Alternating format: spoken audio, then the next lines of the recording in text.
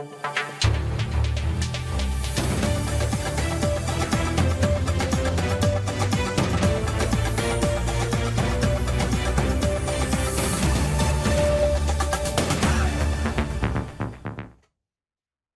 দর্শক, স্বাগত জানাচ্ছি আজকের সম্পাদকীয়তে। আমি জাফর সাদিক। শীতের আড়মোড়া ভেঙে নতুনভাবে উজ্জীবিত বাংলাদেশের রাজনৈতিক অঙ্গন। বিএনপি এখন পুরোপুরি নির্বাচনমুখী, অন্য দলগুলো প্রস্তুতি নিচ্ছে নির্বাচনী লড়াইয়ের। এদিকে 28 ফেব্রুয়ারিতে জন্ম হচ্ছে জাতীয় নাগরিক কমিটি ও বৈষম্য বিরোধী ছাত্র আন্দোলনের নেতাদের উদ্যোগে নতুন একটি দল। বৈষম্য বিরোধী ছাত্র আন্দোলন কেন্দ্রিক সংগঠন গণতান্ত্রিক ছাত্র সংসদের কেন্দ্রীয় কমিটিও ঘোষণা হয়েছে আজ। শিক্ষা, ঐক্য ও মুক্তি স্লোগান নিয়ে গঠিত ছাত্র সংগঠনটি লেজুর ভিত্তিক রাজনীতির বাইরে থাকার ঘোষণা দিয়ে আত্মপ্রকাশ করেছে। তবে আজ এই নতুন সংগঠন আত্মপ্রকাশের ঘটনাকে কেন্দ্র করে নির্দিষ্ট একটি বিশ্ববিদ্যালয়ের প্রভাব এবং পদবঞ্চনার কথা বলে বিক্ষোভ করেছে একদল শিক্ষার্থী। রাজনীতির এইসব ঘটনার প্রবাহ নিয়ে আজকের সম্পাদকীয় রাজনীতির মাঠে নতুন হওয়া আর এ নিয়ে আলোচনার জন্য স্টুডিওতে উপস্থিত আছেন মোহাম্মদ মিরাজ মিয়া, সদস্য জাতীয় নাগরিক কমিটি, এবং ডক্টর সাখাওয়াত হোসেন সায়ন্ত, সাধারণ সম্পাদক G9। দর্শক, আপনারাও এই আলোচনায় অংশ নিতে পারেন। এই জন্য আপনাদের ফোন করতে হবে টেলিভিশনে দেখানো নাম্বার, এছাড়া ফেসবুকের মাধ্যমে আপনাদের মন্তব্য পাঠাতে পারেন। আলোচনা শুরু করতে চাই। শুরুতেই মোহাম্মদ মিরাজ মিয়া, আপনার কাছে আসতে চাই। যেহেতু এখন রাজনীতির মাঠে আপনাদের নতুন দলের আত্মপ্রকাশ এবং আজ যে নতুন ছাত্র সংগঠনটি ঘোষিত হলো, সেটির সাথে আসলে নাগরিক কমিটি, বৈষম্য বিরোধী ছাত্র আন্দোলনের যারা নেতৃস্থানীয় আছেন, সদস্যরা আছেন, তাদের এক ধরনের যোগাযোগ আছে, তাদের এক ধরনের ঐক্য আছে। আমার প্রথম যে প্রশ্নটি আপনার কাছে করতে চাই, বিগত বছরগুলোতে আমরা যে বিষয়টি দেখেছিলাম যে কোনো রাজনৈতিক সংগঠন, ছাত্র সংগঠন কিংবা প্রধান রাজনৈতিক দলের কমিটিগুলো মূলত ঢাকা কেন্দ্রিক এবং বিশেষভাবে বললে ঢাকা বিশ্ববিদ্যালয় কেন্দ্রিক হয়। এবারও আমরা একই ঘটনা দেখলাম যে নতুন যে ছাত্র সংগঠনটি হলো, প্রথম 6টি পদের 5টিতে হচ্ছে ঢাকা বিশ্ববিদ্যালয় এবং 1টিতে হচ্ছে জাহাঙ্গীরনগর বিশ্ববিদ্যালয়। পাশাপাশি এটিকে কেন্দ্র করে কিন্তু এক ধরনের বিক্ষোভ হয়েছে, সেখানে হাতাহাতির ঘটনা আমরা বিভিন্ন ভিডিওতে দেখেছি। একটু জানাবেন তাহলে যে ইনক্লুসিভ রাজনীতির কথা বলা হচ্ছে, সেই জায়গাটি আসলে কতটা নিশ্চিত করা গেল? অসংখ্য ধন্যবাদ আপনাকে, এবং আজকে সায়ন্ত ভাই আছেন, সায়ন্ত ভাইকে অসংখ্য ধন্যবাদ। প্রথমত হচ্ছে যেটি আপনি বলার চেষ্টা করেছেন যে নতুন যে ছাত্র সংগঠনটি গঠিত হয়েছে, এটির সাথে আমাদের এক ধরনের যোগাযোগ আছে এবং এক ধরনের সম্পর্ক আছে। সম্পর্ক এবং যোগাযোগ ওই জায়গা থেকে যে এই নতুন ছাত্র সংগঠনের নেতৃত্বে যারা আছেন এবং আমরা যারা জাতীয় নাগরিক কমিটিতে আছি, আমরা হচ্ছে একই সাথে আন্দোলনের মাঠে ছিলাম, আমাদের ওই সূত্রে আমাদের সাথে যোগাযোগ আছে। দ্বিতীয়ত হচ্ছে আমাদের জাতীয় নাগরিক কমিটির সাথে আজকের যেই সংগঠনটি গঠিত হয়েছে তার সাথে কোনো সম্পর্ক নেই, এটি একটি স্বতন্ত্র সংগঠন। তৃতীয়ত হচ্ছে যে ব্যাপারটি বলতে চাই সেটি হচ্ছে আজকে ক্যাম্পাসে যেটি হয়েছে সেটি আসলে যদি এই ধরনের ঘটনা ঘটে থাকে তাহলে এটি খুবই অনভিপ্রেত হয়েছে বলে আমি মনে করি। দ্বিতীয়ত হচ্ছে আমরা এই জুলাইয়ের যে গণ অভ্যুত্থান হয়েছে সেখানে একটি অন্যতম স্পিরিট বা আকাঙ্ক্ষা যাই বলি না কেন, সেটি ছিল যে আসলে বাংলাদেশের যে ক্যাম্পাসগুলোতে আসলে রাজনীতি আর যে হচ্ছে আপনার পেশি শক্তি ব্যবহার করা, সেখানে সন্ত্রাসবাদ, সেগুলো আসলে গেস্ট রুম বা নির্যাতন, সেগুলো দূর করার জন্য। তো আমরা বিশেষ করে নতুন যে সংগঠনটি হয়েছে এটির প্রতি আমাদের প্রত্যাশা থাকবে এটি যেন অধিক রাজনীতিমুখী না হয়ে এটি যেন আসলে একাডেমিক যে এনভায়রনমেন্ট আছে সেই দিকে বেশি নজর দেয়, একাডেমিক কার্যকলাপ, তাদের শিক্ষা নিয়ে যে অধিকার ক্যাম্পাস ভিত্তিক, সেটাতেই যেন ফোকাস থাকে। যেহেতু রাজনৈতিক ছাত্র সংগঠনের ব্যাপারে আপনি বললেন যে এটা আসলে আপনাদের সাথে সম্পৃক্ত না কিংবা স্বাধীন একটা স্বতন্ত্র সংগঠন, সেই জায়গায় যদি আমি নাগরিক কমিটি নিয়ে প্রশ্ন করতে চাই আপনাকে, নাগরিক কমিটির নেতৃত্বে নতুন দল কিংবা উদ্যোগে নতুন দল আসতে যাচ্ছে 28 ফেব্রুয়ারি, এবং খানিক আগেই কিন্তু নাগরিক কমিটির সমস্ত পদগুলো বিলুপ্ত করা হয়েছে, শুধুমাত্র 4 জন অথবা 5 জনকে দায়িত্ব দেওয়া হয়েছে। 15 দিন, 28 ফেব্রুয়ারি থেকে 15 দিন তারা কার্যক্রম পরিচালনা করবেন। নাগরিক কমিটির যে নেতৃত্বে যে নতুন দল আসছে সেখানেও কিন্তু একই ধরনের অভিযোগ আমরা বিভিন্ন মারফতে, বিভিন্ন সূত্রে জানতে পেরেছি যে প্রথম যে 7টি পদ আছে সেই 7টি পদে সেই একইভাবে ঢাকা বিশ্ববিদ্যালয়ের বাইরে আসলে অন্য কাউকে স্থান দেওয়া হচ্ছে না বলে আমরা বিভিন্ন সূত্রে জানতে পেরেছি। তাহলে আমি প্রথম যে প্রশ্নটি করেছিলাম, ইনক্লুসিভনেস এবং মাদ্রাসা শিক্ষার্থী, বেসরকারি বিশ্ববিদ্যালয় শিক্ষার্থী, ঢাকার বাইরের শিক্ষার্থী যারা সমন্বয়ক ছিলেন, আপনাদের বিশাল সমন্বয়ক প্যানেল, তাদেরকে আসলে কেন শীর্ষ নেতৃত্বে আপনারা আনতে পারছেন না কিংবা আনতে চাচ্ছেন না? প্রথমত হচ্ছে জাতীয় নাগরিক কমিটির উদ্যোগে এবং বৈষম্যবিরোধী ছাত্র আন্দোলনের নেতৃত্বে যে নতুন রাজনৈতিক দলটি আসতে যাচ্ছে, এই দলটির আসলে অর্গানোগ্রাম কি হবে বা শীর্ষ নেতৃত্বে কারা থাকবে এটি আমাদের মধ্যে এখনও এখনো ফাইনাল হয়নি। এটি এখনো অভ্যন্তরীণভাবে আমাদের, আপনি জানেন যে জাতীয় নাগরিক কমিটি এবং বৈষম্যবিরোধী ছাত্রদের নেতৃত্বে আমাদের একটা পার্টি প্রিপারেটরি একটা টিম আমরা কাজ করছি। এই টিম হচ্ছে এই পুরো দলটাকে মানে কিভাবে একটি দল বাংলাদেশ মানুষকে উপহার দেওয়া যায় সেটি নিয়ে আমরা কাজ করছি। আমাদের আসলে এখনো পদবি নিয়ে ওইভাবে ফাইনালাইজ হয়নি। দ্বিতীয়ত হচ্ছে আমরা যেটি বিশ্বাস করি যে আমরা বলছি যে আমরা একটি মধ্যপন্থা রাজনৈতিক দল আমরা বাংলাদেশকে উপহার দিব। এই মধ্যপন্থী দল করতে গিয়ে আমরা আসলে ডান বাম বিভিন্ন ক্যাম্পাস আমরা সবাইকে এক সুতায় নিয়ে আসার চেষ্টা করছি। তো এই ক্ষেত্রে আমরা আমাদের সর্বোচ্চ প্রায়োরিটি থাকবে যে আসলে শুধু এক কেন্দ্রিক এটিকে না রেখে, পাওয়ারটিকে সেন্ট্রালাইজ না রেখে এটিকে আসলে ডিসেন্ট্রালাইজড করার জন্য এবং সকল পার্টিসিপেশন রাখার জন্য আমরা সর্বোচ্চ চেষ্টা করছি। একটু বলবেন যে আমরা যেই নতুন ছাত্র সংগঠনটি হলো সেটির ব্যাপারে যেরকম পত্রিকাতে দেখেছিলাম, ঘটনা কিন্তু সেটিই হয়েছে, মানে পদগুলো সেরকমই দেখেছি। নাগরিক কমিটির উদ্যোগে যে দল গঠিত হবে সেটি নিয়েও কিন্তু পত্রিকা মারফত এবং বিভিন্ন যে সামাজিক যোগাযোগ মাধ্যমে কিন্তু ছবিসহ পদসহ তালিকা দেওয়া হচ্ছে, এবং ইতোমধ্যেই আলী হাসান জুনায়েদ এবং রাফে সালমান রিফাতকে রাখার ব্যাপারে কথা হয়েছিল। পরবর্তীতে তারা ফেসবুকে স্ট্যাটাস দিয়ে বলেছেন তারা থাকছেন না, তারা বলতে চাচ্ছেন ট্যাগিং এবং ট্যাবু রাজনীতির সাথে তারা যুক্ত হয়েছেন, মুক্ত হতে পারছেন না, এরকম অভিযোগ করেছেন। আমরা দেখেছি যে দলের সাধারণ সম্পাদক তিনি বলেছেন যে সরকারের সাথে এই দলের সম্পৃক্ততা আসলে অস্বীকার করার সুযোগ নেই, সরকার নিরপেক্ষ না। ছাত্র শিবিরের সভাপতি তো সরাসরি বলেছেন যে এই দল আসলে মানুষকে বিভ্রান্ত করছে, উপদেষ্টা হিসেবে পদত্যাগ করে আবার নতুন করে দল গঠন বিভ্রান্ত করছে। ছাত্র ফেডারেশন, ছাত্র মৈত্রী এবং অন্যান্য রাজনৈতিক দলগুলো ইতিবাচকভাবে দেখছে, একই সাথে তারা সমালোচনা করছে সংস্কার সংশ্লিষ্টতার বিষয়ে। এই বিষয়ে জাস্ট আপনার কাছ থেকে 1 মিনিটে শুনতেছি, তারপর আমি শান্ত ভাইয়ের কাছে যাবো।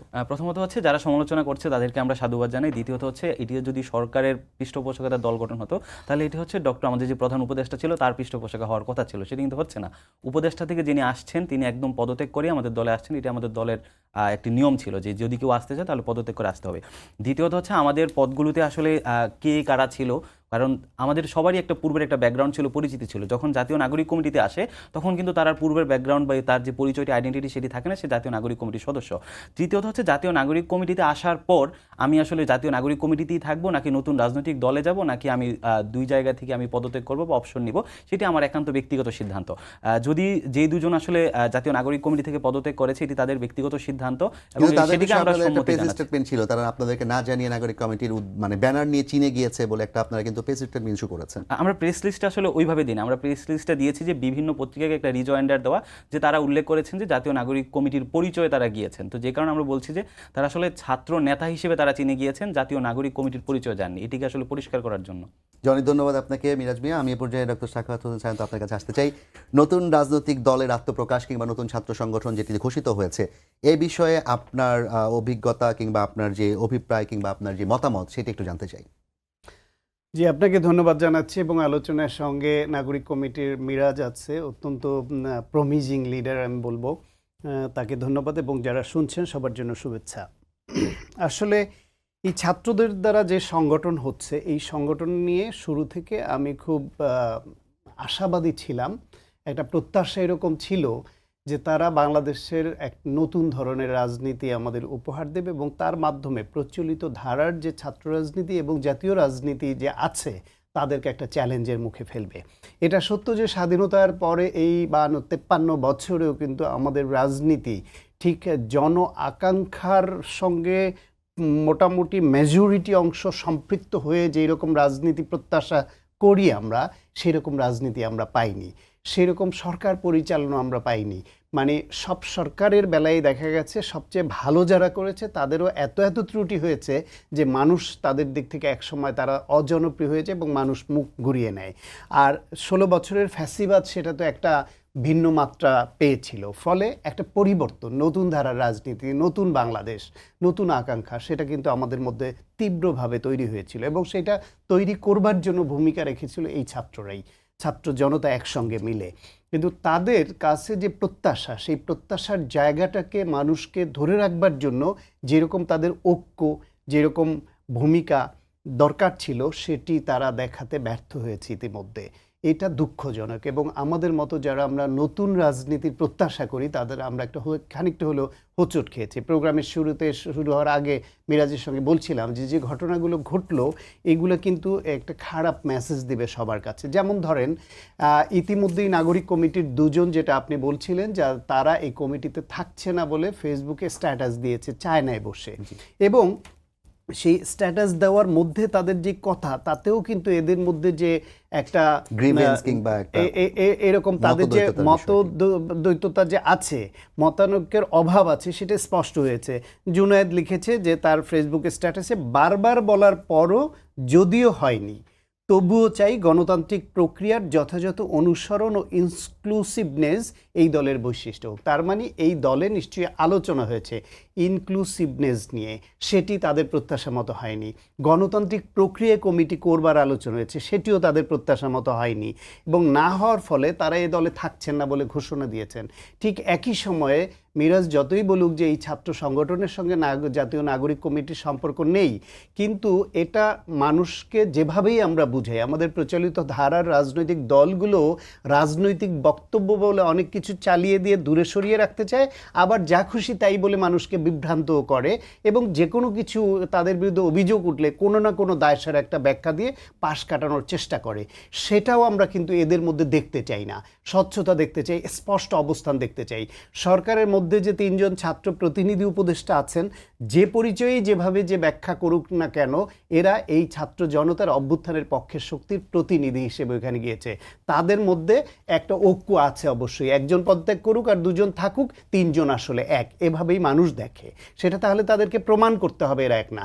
দ্বিতীয় হলো যে জাতীয় নাগরিক কমিটি এবং এই যে সমন্বয়কদের সমন্বয়ে যে ছাত্র সংগঠনটির আত্মপ্রকাশ ঘটলো, এরাও যে ঘুরে ফিরে সে একই ভাবে গণ অভ্যুত্থানের মাধ্যমে তাদের উত্থান, এবং একই প্ল্যাটফর্মে থেকে যে কোনো মুভমেন্টে একজন ডাক দিলেই যে সবাই ঝাঁপিয়ে পড়েন, সেরকম একটা শক্তি। ফলে এটাকেও আলাদা করবার সুযোগ নেই।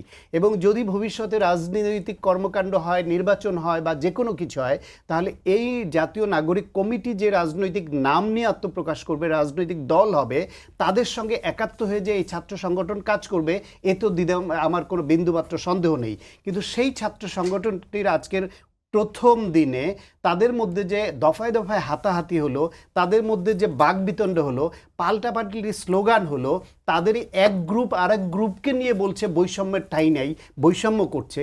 যেই বৈষম্যহীন সমাজ ব্যবস্থা করবার জন্য এত ছাত্র রক্ত দিল, এত জনতা রক্ত দিল, এত ক্ষয়ক্ষতি স্বীকার করলো, সেই ছাত্রদের একটা অংশই এখন আরেক গ্রুপের বিরুদ্ধে বৈষম্যের অভিযোগ আনছে। এটা কিন্তু খুব ভালো মেসেজ না। ফলে এদের উচিত ছিল আরও ম্যাচিউরড অবস্থায় দলকে পরিচালনা করবার জন্য নিজেদের মধ্যে আরও বেশি কথা বলা, আরও বেশি কথা বলার স্পেস দেওয়া, আরও বেশি নিজেদের মধ্যেই রাক্ষোভ প্রকাশের সুযোগ দেওয়া, যাতে এই রাক্ষোভটা এক পর্যায়ে এইরকম পাবলিক না হয়ে পড়ে।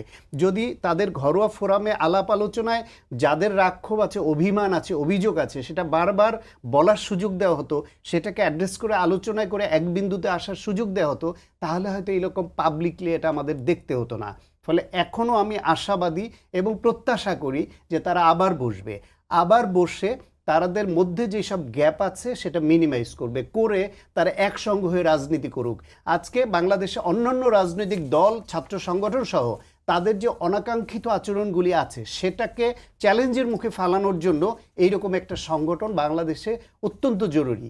তারা যদি এটা ব্যর্থ হয়, তাহলে আমরা যে পরিবর্তনটা রাজনীতিতে আশা করছি সেটি কিন্তু আসলে আসবে না। কিন্তু আমার কাছে, আমি আশাবাদী, প্রত্যাশা রাখি, কিন্তু লক্ষণ ভালো ঠেকছে না।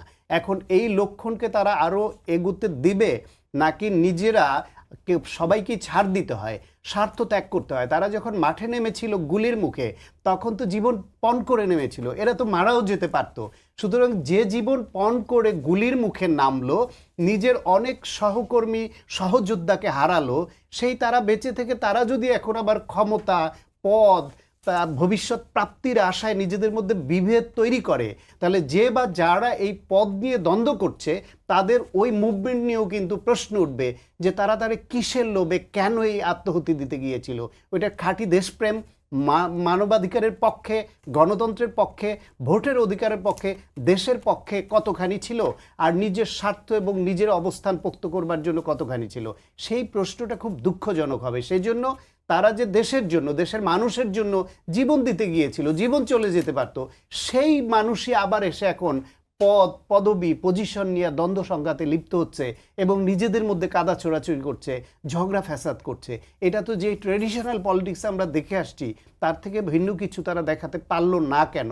এই দায়টা তাদের নিয়ে আত্ম উপলব্ধি আসে যদি, নিজেরা আবার প্রত্যেকে বসে ছাড় দিয়ে সবার যেটুকু জায়গা প্রাপ্য সেইভাবে দিয়ে একমত হয়ে আবার সামনে আসুক। অনেক ধন্যবাদ শান্ত ভাই আপনাকে। মিরাজ, আপনার কাছে আমার প্রশ্ন হচ্ছে, পদ পদবি নিয়ে দ্বন্দ্ব, এটি আসলে পূর্ববর্তী রাজনৈতিক ধারারই এক ধরনের প্রতিফলন। আপনার কি মন্তব্য? আপনারা কি আসলে পূর্ববর্তী রাজনৈতিক ধারার পরিবর্তন, নতুন বাংলাদেশ সেই স্বপ্ন নিয়ে দেখিয়েই কিন্তু নতুন রাজনৈতিক দল গঠন করছেন, মানুষের সমর্থনগুলো আপনারা আদায় করার চেষ্টা করছেন? তাহলে যদি আমরা আগের রাজনৈতিক ধারাটাই দেখি এবং যে বিষয়টি সায়ন্ত ভাই বলার চেষ্টা করলেন যে যে কোনো প্রক্রিয়াতেই যেভাবে করে আপনারা বলেন না কেন বিষয়গুলো মানে প্রাসঙ্গিক এবং সম্পর্কযুক্ত, কিন্তু এই যে অস্বীকারের যে রাজনীতিটা যেটা কিনা হয়তো 2 মাস পরে প্রকাশিত হচ্ছে কিংবা হবে, সেগুলো কি আসলে একই ধারায় আছে নাকি কোনো পরিবর্তন আপনারা করছেন আসলে? দেখেন, এই যে বর্তমানে আমরা যেটা বলছি যে একটা নতুন রাজনৈতিক বন্দোবস্তের কথা, এবং আমরা দেখেছি যে বাংলাদেশে বিগত 5 দশক ধরে আমরা একটা ট্র্যাডিশনাল যে রাজনৈতিক এবং একটা সংকীর্ণ রাজনৈতিক সংস্কৃতির মধ্য দিয়ে আমরা বেড়ে উঠেছি। তো এই সম্পূর্ণ ওই জায়গাটা থেকে আসলে একটা নতুন একটা জায়গায় শিফট আনা, নতুন একটা পরিবর্তন নিয়ে আসা, এটা একদিকে যেমন চ্যালেঞ্জিং, আরেকদিকে হচ্ছে কিছুটা সময় সাপেক্ষ। দ্বিতীয়ত হচ্ছে দেখেন, রাজনীতিতে যারা প্রবীণ আছেন এবং যেটা সায়ন্ত ভাই আমাদেরকে বিভিন্ন পরামর্শ দিলেন, এবং আমাদের যে নবীন আছেন, এটাই আসলে পার্থক্য। আমরা নবীনরা আসলে ভুল করব, আমরা অনেক জায়গায় আসলে আটকে যাব। সেক্ষেত্রে সায়ন্ত ভাইয়ের মতো যারা প্রবীণ আছেন আমাদের ভুলগুলো ধরিয়ে দিবেন, আমাদেরকে পথ দেখাবেন। এটাই আসলে হচ্ছে নতুন রাজনৈতিক যে বন্দোবস্তের কথা বলছি সেটারই একটা অংশ।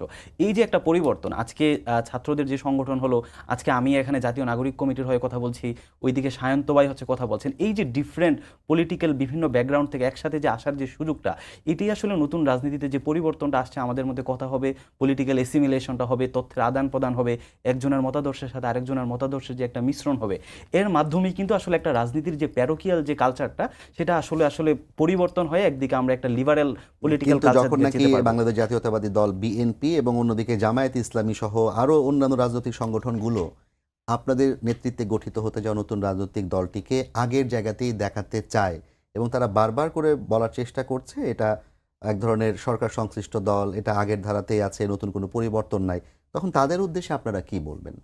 তাদের এই অভিযোগগুলো কি সম্পূর্ণভাবেই খারিজ করে দিচ্ছেন নাকি এগুলোর সাথে আসলে খানিকটা কোথাও সংহতি আছে?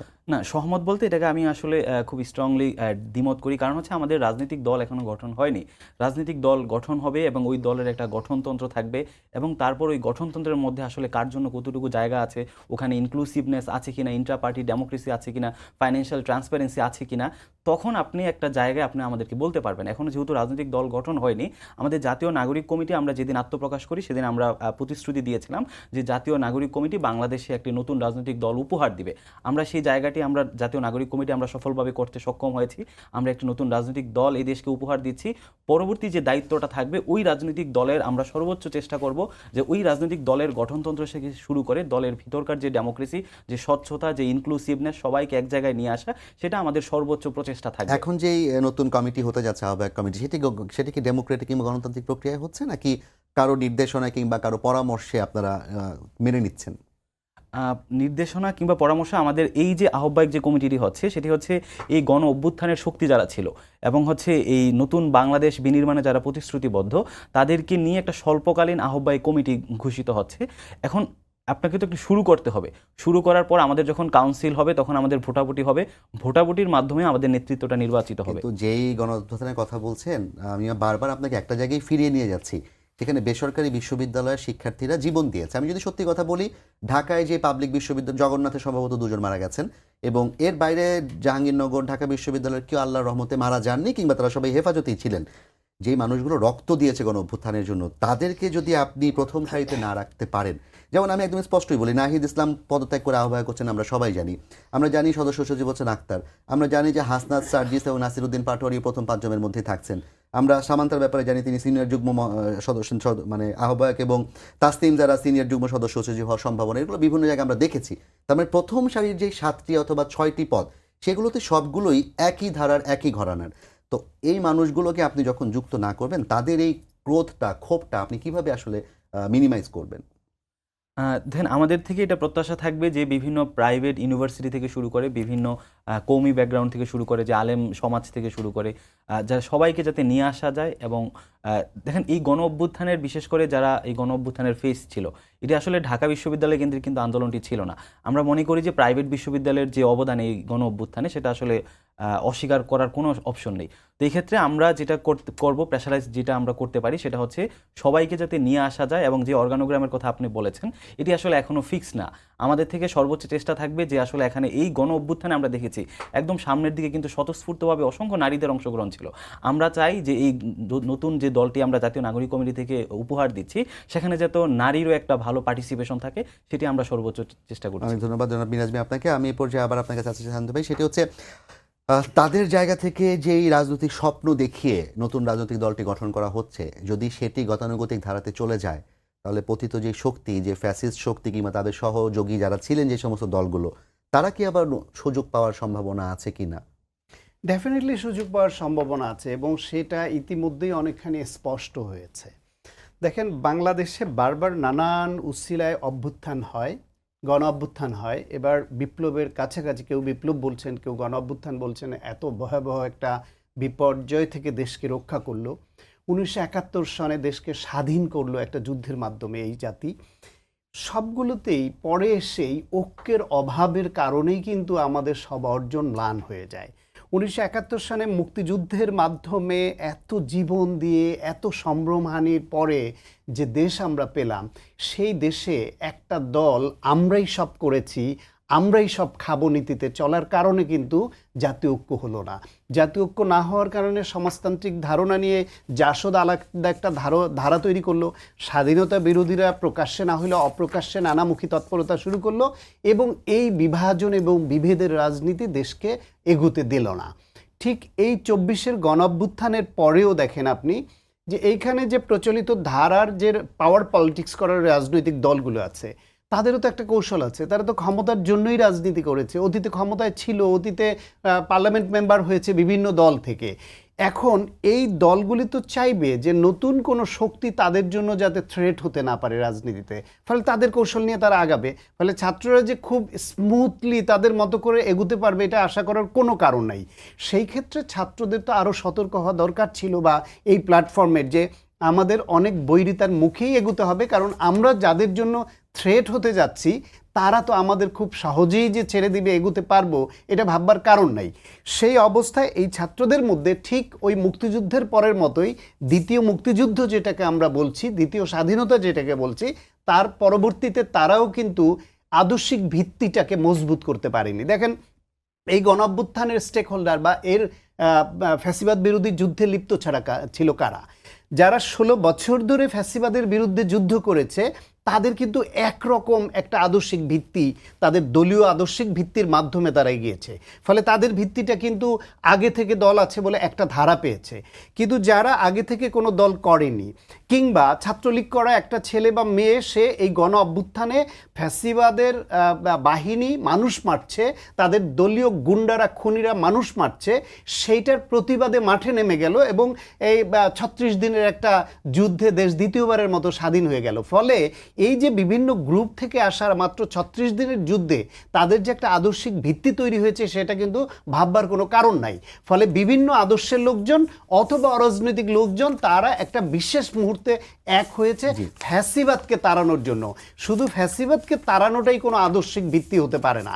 এখন নতুন করে তাদের মধ্যে যে আদর্শিক ভিত্তিটা মজবুত হবে সেই টাইমটিও তারা পায়নি। ফলে তাদেরকে নানামুখী বৈরিতার মুখে পড়তে হবে। সেই বৈরিতার মুখে কি করে তারা ওভারকাম করবে সেই কৌশলও কিন্তু তাদেরকেই বের করতে হবে। যে আমাদেরকে এই যে ছাত্রলীগ করা ছেলেটা আমার সঙ্গে এসছে, সে এখন সমন্বয়ক, এই যে বামপন্থী রাজনীতি করা একজন আসছে, সে আমার সমন্বয়ক, এই যে ছাত্রদল করা, ছাত্র শিবির করা কিংবা অরাজনৈতিক অনেকে আসছে, আপনি এদের ভেতরে তো এখনো আগের আদর্শ কেউ কেউ লালন করে। ফলে এই অ্যাকুমুলেটিভ যে অবস্থানটা সেটা খুব সহজ নয়। অনেক ধন্যবাদ আপনাকে মিরাজ মিয়া। যেটি সায়ন্ত ভাই বলছিলেন যে এই চ্যালেঞ্জগুলো মোকাবেলা করা খুব কঠিন হবে। আমরা দেখেছিলাম 71 পরবর্তী সময়ে জাসদ কিন্তু নতুনভাবে গড়ে উঠেছিল এবং তারা কিন্তু তরুণদেরকে আকৃষ্ট করেছিল। পরবর্তীতে সেই জাসদেরও আদর্শচ্যুতি ঘটে এবং তরুণদের মোহভঙ্গ ঘটে। আপনাদের এই ব্যাপারটি মাথায় নিয়ে তরুণদের নিয়ে যে দলটি আপনারা করতে যাচ্ছেন, তরুণদের আকর্ষিত করে, সেখানে আসলে কি পদক্ষেপ নিচ্ছেন? দেখেন, এই নতুন যে দলটি আসতে যাচ্ছে এই বর্তমান প্রেক্ষাপট এবং জাসদের প্রেক্ষাপট সম্পূর্ণ ভিন্ন। বর্তমানে যে পলিটিক্যাল যে মোমেন্টাম আছে, এই মোমেন্টাম আসলে জনগণ থেকে চাচ্ছে একটি নতুন দল হোক। একদিকে আমাদের যেমন একটা উদ্যোগ আছে, তেমনই জনগণও চাই এটি একটি উদ্যোগ আছে। দ্বিতীয়ত হচ্ছে এই দলটি সফল হওয়ার জন্য আমাদের জাতীয় নাগরিক কমিটির কাজ ছিল একটি ভালো দল উপহার দেওয়া, কিন্তু এটিকে সফল করার কাজ হচ্ছে আপনাদের সকলের। মিডিয়া থেকে যেমন এই দল যদি কোনো অগণতান্ত্রিক কিছু করে সেটিকে যেমন আমরা সমালোচনা প্রত্যাশা করি, তেমনি এই দল যদি অনাকাঙ্ক্ষিত পেশি শক্তি ব্যবহার কিংবা সন্ত্রাসী আচরণ করে, তাহলে অন্য রাজনৈতিক দলগুলো থেকে আমরা প্রত্যাশা করি যে তারা এটির গঠনমূলক সমালোচনা করবে। এবং জনগণ থেকেও আমরা চাবো যে আমাদের জন্য এই দলটিকে তারা যেন প্রেশার ক্রিয়েট করে সবসময় একটা স্বচ্ছতার দিকে রাখে, যে কারণে আমরা বলছি এটি একটি সম্মিলিত দল হবে, যেই দলের আসলে এই দলটি হবে সবার। আপনারা সবাই সমালোচনা করে, গঠনমূলক সমালোচনা করে, পরামর্শ দিয়ে, সহযোগিতা করে এই একটি নতুন বাংলাদেশের জন্য যাতে একটি ভালো দল হিসেবে দাঁড়াতে পারে, এবং আগামীর বাংলাদেশে যেন এই দলগুলো, বাংলাদেশের যে রাজনৈতিক দলের মধ্যে যে কালচারগুলো, সেই কালচারগুলোতে যেন একটা ইতিবাচক পরিবর্তন এই তরুণরা নিয়ে আসতে পারে, সেটির জন্য আপনাদের সকলের কাছে পরামর্শ আমরা চাই এবং সেটির জন্য দলের জন্য দোয়া চাই অনেক আপনাদের। ধন্যবাদ মিরাজ ভাই। ডক্টর সাখাওয়াত হোসেন সায়ন্ত, আপনি যদি 30 সেকেন্ডে কিছু বলতে চান। তাতে এটি যে আমরা প্রত্যাশা রাখি এখনও তাদের ভুলভ্রান্তি হচ্ছে, সেই ভুলভ্রান্তি ওভারকাম করুক এবং বাংলাদেশের যে পচা রাজনীতি সেটার জন্য একটা চ্যালেঞ্জ তৈরি করুক, সেই প্ল্যাটফর্ম তারা দেখাক আমাদের, এটা চাই। নিজেদের মধ্যে বিভেদ কিভাবে সরাবে এ দায়িত্ব তাদেরকে। অনেক ধন্যবাদ ডাক্তার সাখাওয়াত হোসেন সায়ন্ত এবং মোহাম্মদ মিরাজ ভাই, আপনাদের উভয়কে ধন্যবাদ জানিয়ে আমাদেরও প্রত্যাশা থাকবে অন্তর্ভুক্তিমূলক একটি রাজনৈতিক ব্যবস্থা, যে রাজনৈতিক ব্যবস্থা আসলে পেশি শক্তির ব্যবহার, দুর্নীতি, চাঁদাবাজি, হানাহানি থাকবে না, এবং সেই রাজনৈতিক ব্যবস্থার মধ্যে সবগুলো রাজনৈতিক দলের মধ্যে এক ধরনের সোশ্যাল কিংবা পলিটিক্যাল হারমোনি বিরাজ করবে, এরকম একটি প্রত্যাশা নিয়ে সবাইকে ধন্যবাদ জানিয়ে শেষ করছি আজকে সম্পাদকীয়। আগামীকাল আবারও দেখা হবে রাত 10টায়। দেখার আমন্ত্রণ রইল। শুভরাত্রি।